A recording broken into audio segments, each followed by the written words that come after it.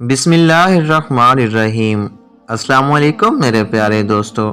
हज़रत मालिक बिन दिनार रहमतुल्लाह अलैह ताला अलैह फरमाते हैं, मैं एक बच्चे के पास से गुजरा।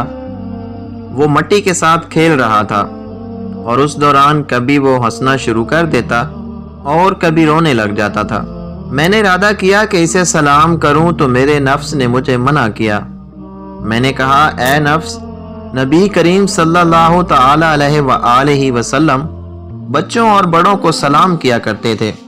मैंने उसे सलाम किया तो उसने कहा, वालेकुम अस्सलाम व रहमतुल्लाहि व बरकातुहू, ए मालिक।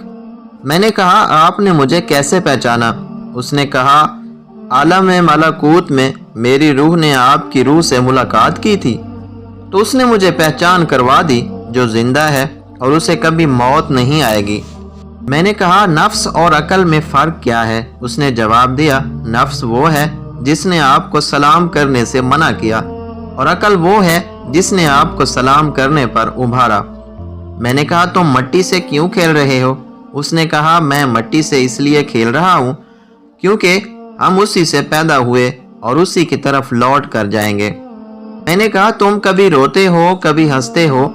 इसने कहा, जब मुझे अपने रब का अजाब याद आता है तो मैं रोना शुरू कर देता हूँ और जब मुझे उसकी रहमत याद आती है तो मैं हंसने लगता हूँ। मैंने कहा, ऐ मेरे बच्चे, तुम्हारे नामा अमाल में तो कोई गुनाह नहीं जिसकी वजह से तुम रो रहे हो, क्योंकि तुम तो मुकल्लफ ही नहीं हो।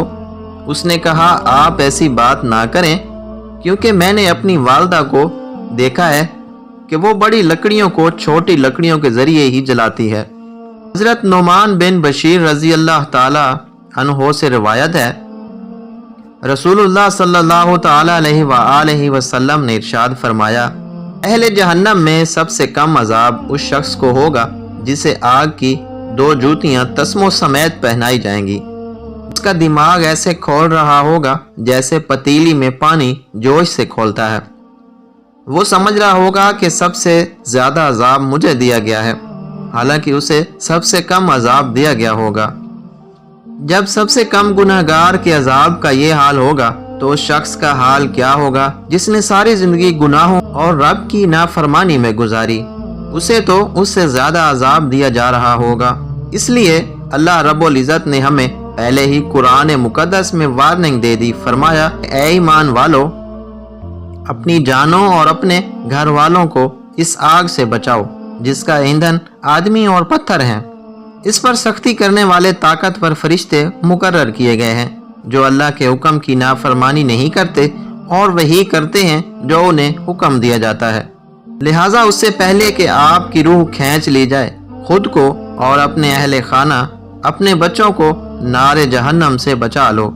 ऐसा ना हो कि तुम्हारे बच्चे ही तुम्हारे लिए नारे जहन्नम में झुलसने का जरिया बन जाए। उनकी और खुद की इस्लाह करो।